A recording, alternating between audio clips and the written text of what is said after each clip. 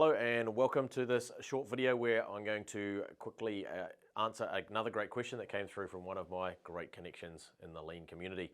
The question was this: is it a good idea to put up lean signs around the workplace? And it was kind of two questions, or they kind of go together. What about labeling equipment like forklifts and things like that? Should we do these things? Well, there's a few ways of answering this, but I'm going to give you a bit of feedback on how we do it at Premier Group NZ and how some of our clients do it through Premier Business Academy, and also talk to you about other great lean companies that we've seen and probably that you've seen as well. So thinking about Toyota, they don't do this at all. If you go into their factories, and I've seen tons and tons of video footage. One day I'm going to get into one of their factories, haven't done that yet, so lucky you if you've done that. Can't wait. But videos, and you're chatting to many people who have visited their factories. Often it might just be one sign in a factory that says something like quality thinking equals quality products, or just something very simple. One thing which sums up the whole of the Toyota production system. Which really, if we sum it up in one word, it's quality, right? And if you've read the book Banish Sloppiness and Fall in Love with Precision by Paul Akers, you'll know what we're talking about. But to answer this, yes, you can do this stuff, and yes, we do some of this stuff at Premier Group. But the thing is, what you got to remember is the signage itself and labeling itself and things like that. Signage. Let's talk about signage. It won't change your culture, right?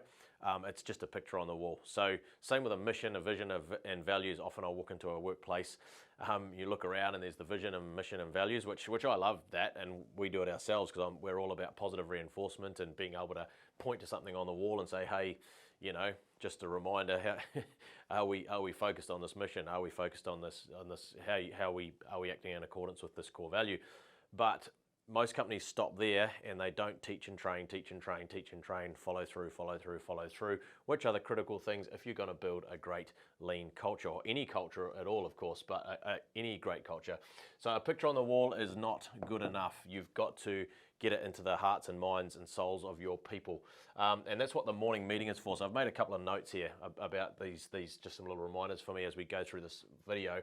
The morning meeting, and you'll hear me say this in almost every video, is absolutely critical. It's the drumbeat, it's the rhythm, it's the training platform. It is so important. So you can have 1,000 signs in the workplace, but you could take all those signs down and you can make sure that morning meeting is working correctly, because you're reviewing the mission, the vision, the values, the 8 lean wastes, the lean principles, the 3 MUs.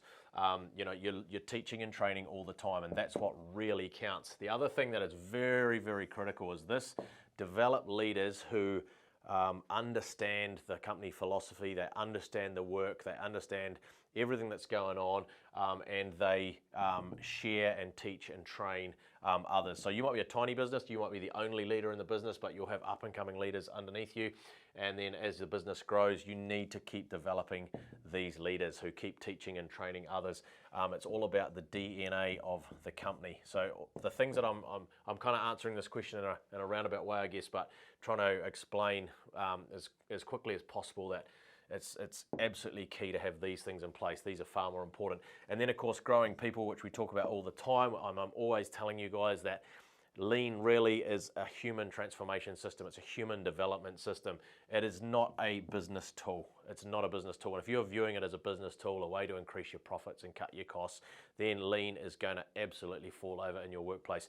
You might take some of the tools like 5S and practice them, and you might even practice them to a good level, but you're never going to keep moving ahead and sustain and keep a culture that keeps improving forever and ever and ever, endless improvements.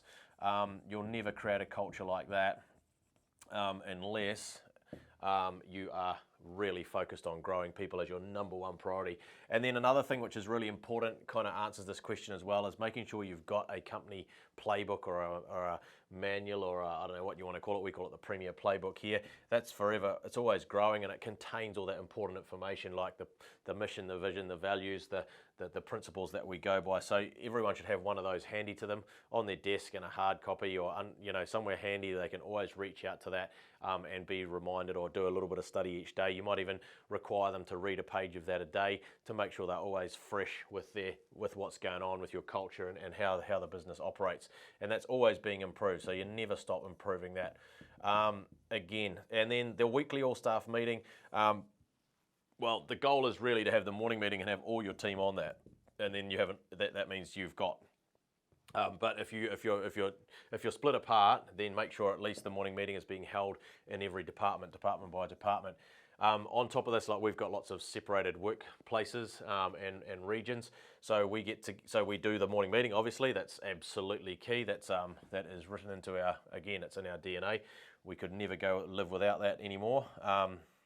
The weekly all-staff meeting is a way you can get everyone together, whether it's on Zoom if you're all split up. And there's another great place to teach and train, and it's worth a million times more than any of this. Great place to talk about those principles again, talk about the vision, and keep casting that vision over and over and over again. Because remember always that any leader in your business is the CRO, the Chief Reminding Officer. Very cheesy title, but the most important hat that any leader will wear in your business, always reminding people about why they do what they do, why your company exists, why they work here, that they're here to improve the life of the customer, and this is the mission, this is why we get out of bed in the morning, this is why quality is our focus, and we want to improve the life of our people, obviously. Cheap and cheerful, so we always say, like, if you're going to do stuff like this, and labeling equipment and things like that, make sure you're always saying, well, to turn this around the other way, we always say to people, you're an owner, so if you want to paint the forklifts pink, that's your thing, but make sure it sort of fits in with our brand guidelines. Here they are, make sure everyone's clear on that. Make sure your team is happy as well. So we've got tons of examples around our business, and it might not suit your business to do this, but it creates real ownership. You get people painting something together. It builds teamwork, camaraderie. It builds culture. It's very culture building. So, we've got some great examples here. If you ever come for a culture tour in any of our factories, you'll see areas where people have got together and done a project together where they're acting like owners. Everyone agrees that we should paint the curing room doors red or pink or blue, as long as it's in line with our branding, and it gets everyone together, and it says, well, I'm an owner, I own this place, and I'm a key part of the business. So that kind of answers lean signs. Yes, you can do them, but are they enough? No, they're not. I believe in having them up in our business. It works for us. But it's not a substitute for any of this. You can't skip any of this. And in fact, this is totally worthless, like 100% worthless without this. And then labeling equipment, yes, everything here has a label, whether it's a little printer, whether it's I'm looking around the studio here and everything's labeled. Everything has a walkaway standard. So yeah, that's your call really on how you want it. A forklift's a forklift, right? But if you've got 10 forklifts, then each one should have a unique 1, 2, 3, 4, 5, or each one should have a number or a name, so that it's fun, but B, it's clear where because everything's got a home, right? We understand that through 3S or 5S, whatever you're practicing now in your business, that everything must have a home. That's absolutely critical part of lean. Everything must be standardized, and if it's not, it's always becoming standardized, and things are always getting better.